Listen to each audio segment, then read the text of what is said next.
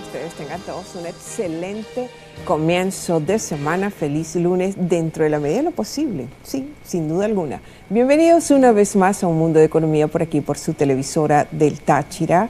Fidel, ¿cómo estás tú? Bien, Darcy, muy bien, gracias a Dios, dentro de lo que cabe, como muy bien dijiste tú. Amigos, buenas tardes, sean todos ustedes bienvenidos.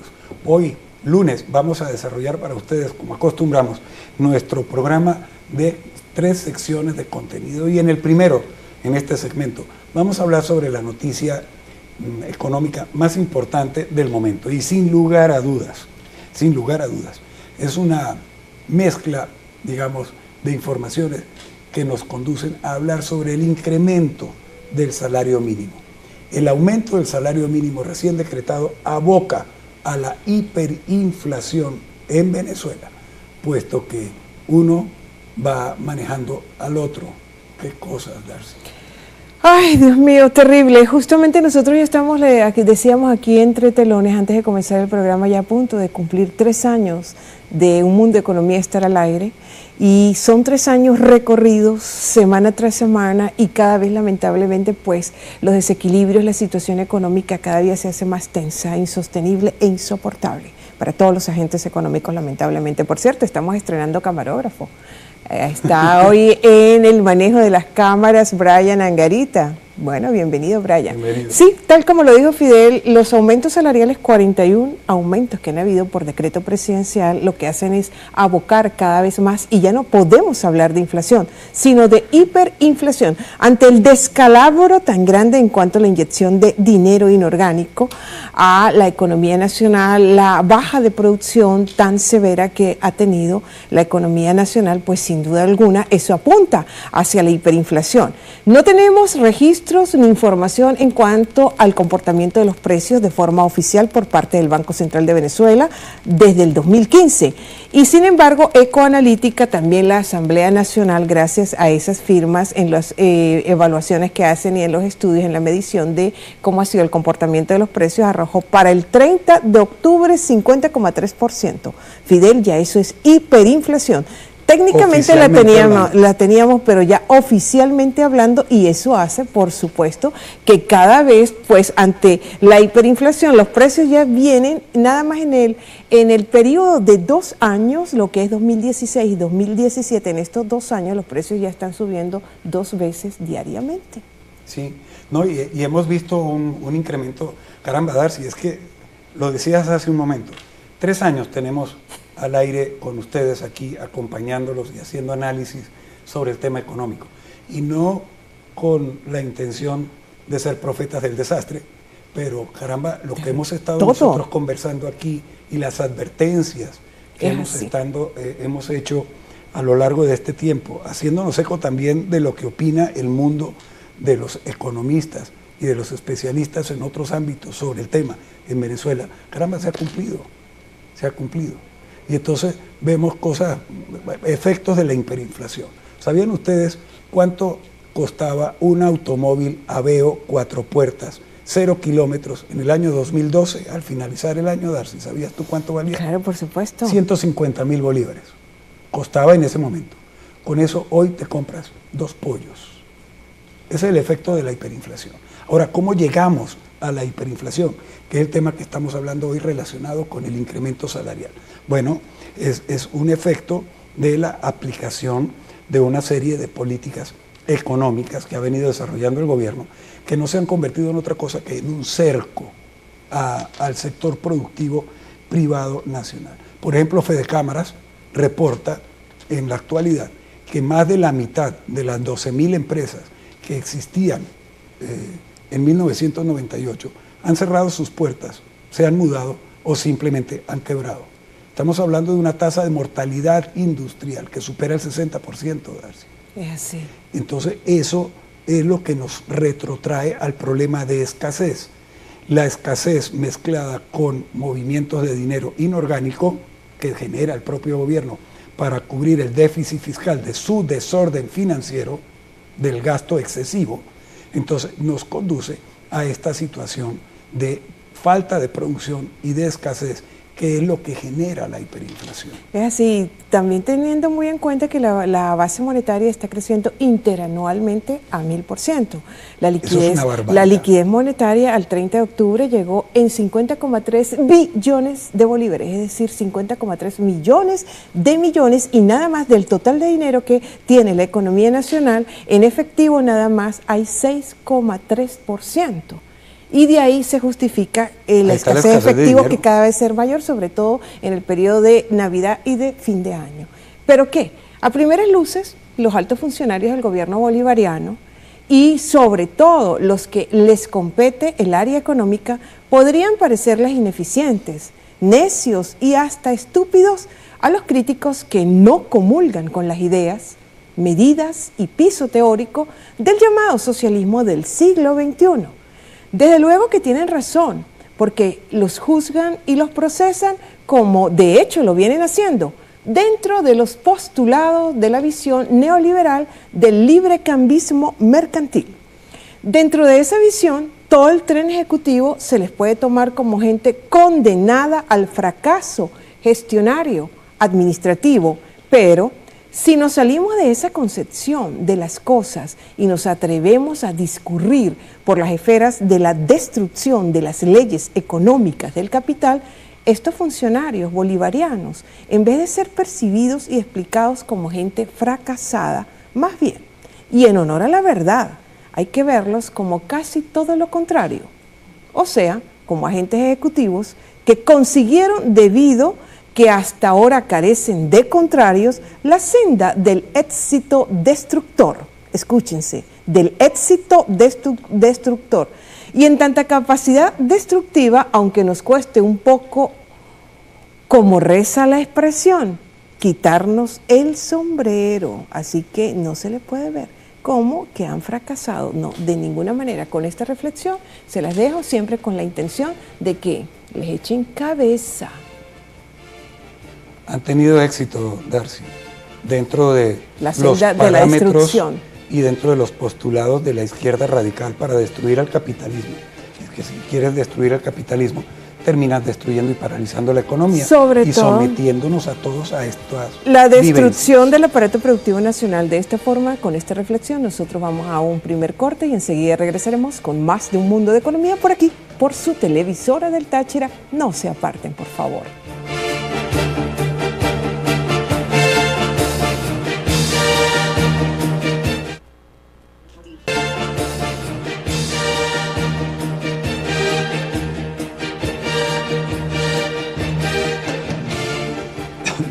Bien amigos, continuamos en Un Mundo de Economía, estamos aquí con ustedes acompañándolos en este mediodía del lunes.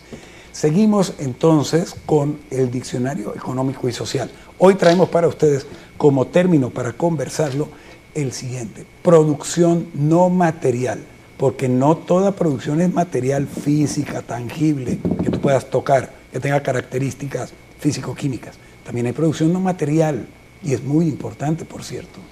Es así, Fidel, creímos muy conveniente traerles a ustedes este término y enseguida ya vamos a nuestra sección de este segmento.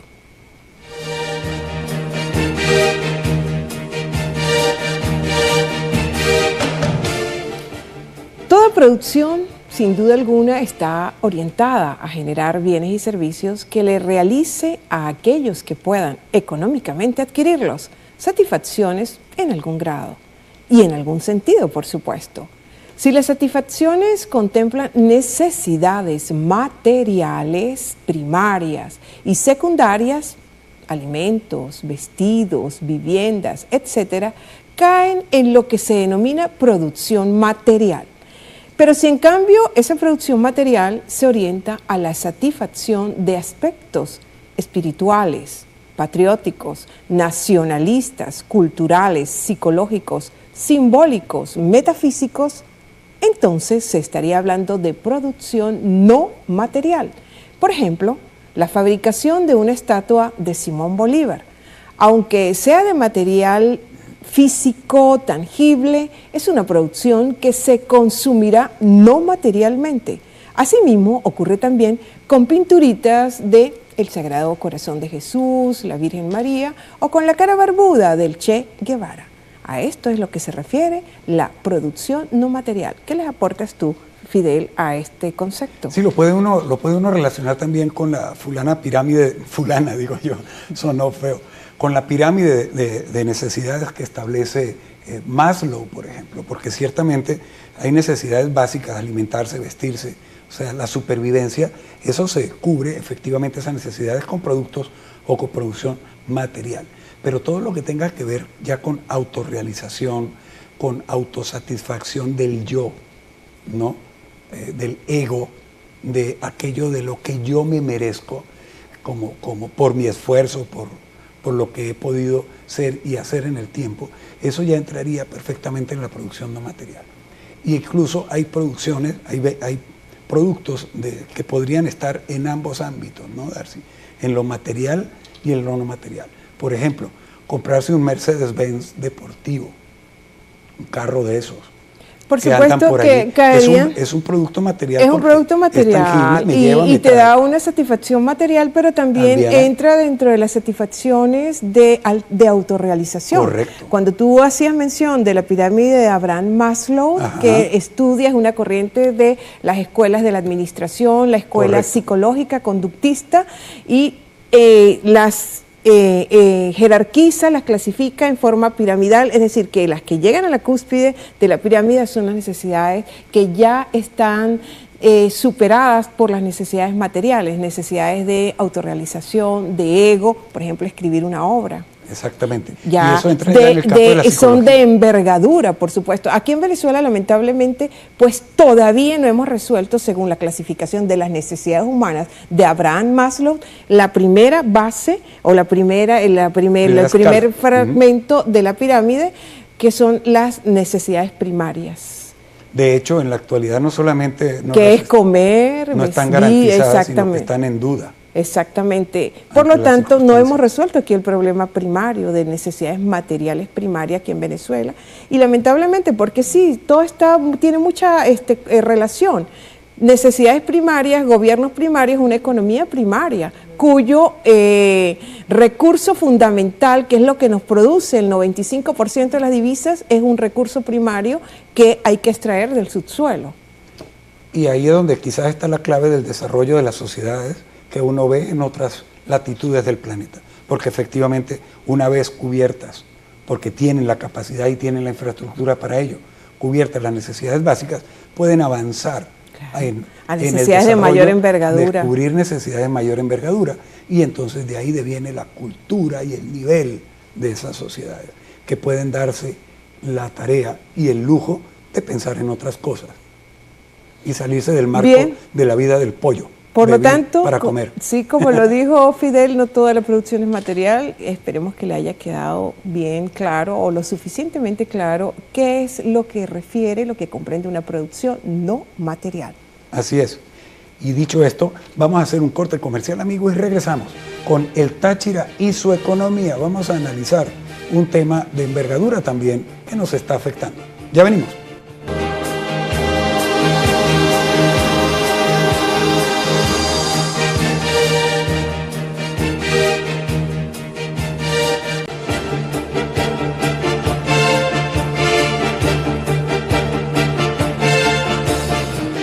Bien, nosotros continuamos con más de Un Mundo de Economía por aquí, por su televisora del Táchira. En esta oportunidad es el segmento que corresponde a Táchira y su economía, y no podemos dejar de hablar, sobre todo reseñar que el 90% de los cajeros automáticos aquí en la ciudad y en todo el resto de estado Táchira estuvieron sin servicio desde el pasado viernes. Por supuesto que esto causó un colapsamiento, una desesperación, un agobio, y yo le agregaría también impotencia a todos los usuarios de cajeros automáticos ante la escasez de efectivo tan grande que hay, sobre todo para pagar el pasaje de transporte público, para pagar los estacionamientos, para dar hasta las propinas, que ya muchos restaurantes, los mesoneros se están quejando porque los clientes no tienen billetes para dejar la propina. Y párese de contar, Fidel. Y se corresponde, ¿por qué? Porque al problema nacional, a la liquidez monetaria que decía en el primer segmento, cerró al 30 de octubre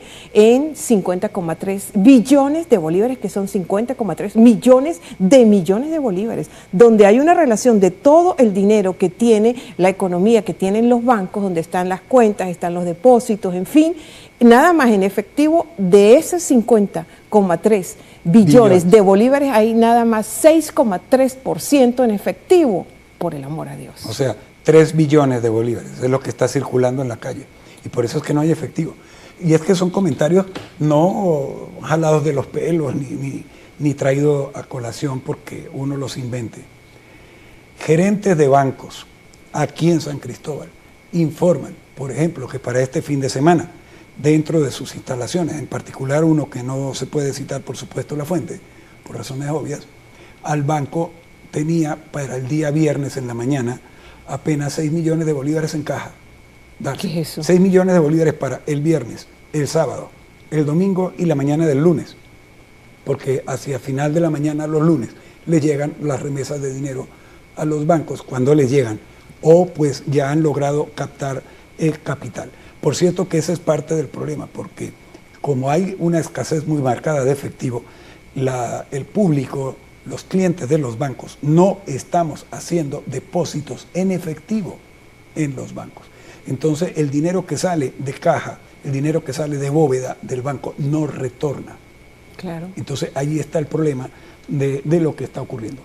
En consecuencia, por ejemplo, los cajeros electrónicos estuvieron este fin de semana, los pocos que contaron con algo de efectivo en algunas agencias bancarias. Es decir, el 10% restante. Correcto, muy pocos bancos, muy pocos cajeros, el 10% efectivamente, estaban despachando apenas 5,000 bolívares por cajero electrónico, si era cuenta no cliente del banco, y si era cliente del banco, 10,000 bolívares. Imagínate tú, con 5,000 bolívares, ¿qué se compran? Unos caramelos, y con 10, una lata de refresco.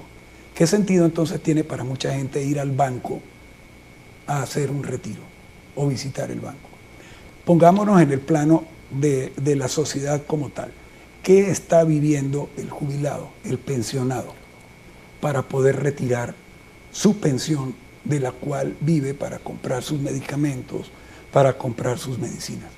¿Quién ve por el sufrimiento y la frustración de tener que ir N cantidad de veces todos los días para que le den 10,000 bolívares, solamente en efectivo? Una persona mayor con sus dificultades por favor, de salud y todo lo que corresponda a la edad como es natural. Y si tiene que pagar transporte para ir al banco, ¿de dónde lo va a pagar si no tiene efectivo? Entonces va a pasar como le ocurrió a un amigo que el fin de semana gastó 40,000 bolívares en taxi para retirar 10,000 del banco. No, por el amor de Dios, tu Dios mío. Ah, eso es absurdo, es una estupidez. La economía de lo absurdo. Es la economía absurda, exacto. Y por el otro lado, ¿qué pasa con el funcionamiento de la economía si no hay efectivo? Se paraliza. Se colapsa totalmente. Porque yo no puedo la comprar, actividad económica. El que vende no puede vender porque no hay cómo pagar. Claro, tú estarás pensando, pero un momentico, están las transacciones electrónicas, están las transacciones por medio de los teléfonos celulares, están por supuesto las chequeras.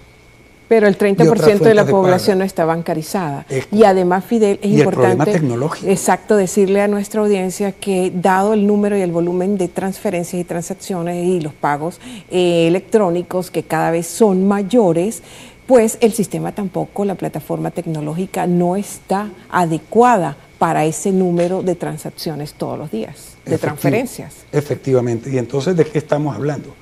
Estamos hablando de la situación real y la perspectiva es que la situación empeore en las semanas y en los meses por venir si no se adoptan correctivos de fondo, porque la demanda de efectivo se multiplica con la inflación. 536% en la inflación hasta septiembre, según la Asamblea Nacional, y calculada a más de 1,000% para el cierre del año. Y se acelerará, por supuesto, este mes de noviembre y en diciembre, porque son meses en los que tradicionalmente hay mayor consumo, compras y pagos, existiendo efectivo en escasez. Más demanda de bienes ante la dominante escasez. Entonces, Venezuela lleva años, cumpliendo con creces las condiciones que conducen, que llevan habitualmente a la hiperinflación en cualquier lugar del planeta, entre las que destacan la emisión descontrolada de dinero inorgánico, en el caso nuestro por parte del Banco Central de Venezuela, y el descenso de bienes en el mercado a causa de la caída de la producción como resultado de la aplicación de políticas que son cercenantes de la confianza, hecho que ahuyenta la inversión y destruye la producción.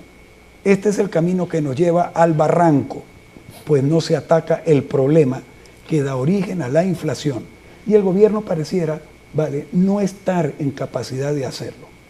Es hora que el gobierno aplique un programa económico que baje, que frene la inflación. De lo contrario, veremos saltos de la cotización del dólar paralelo con respecto al bolívar que generarán en el futuro nuevas espirales inflacionarias. Y por eso, por cierto, eso es lo previsible, lamentablemente. Y de esta forma, con esta reflexión que nosotros también les pedimos a ustedes disculpas, pero es nuestro compromiso informarle tal cual la situación económica, la realidad, porque no podemos hablar de situación país, sino de realidad país. De esta forma nosotros nos despedimos, nuestra invitación muy cordial para mañana martes, donde estaremos llevándoles una nueva entrega de Un Mundo de Economía. Buen provecho.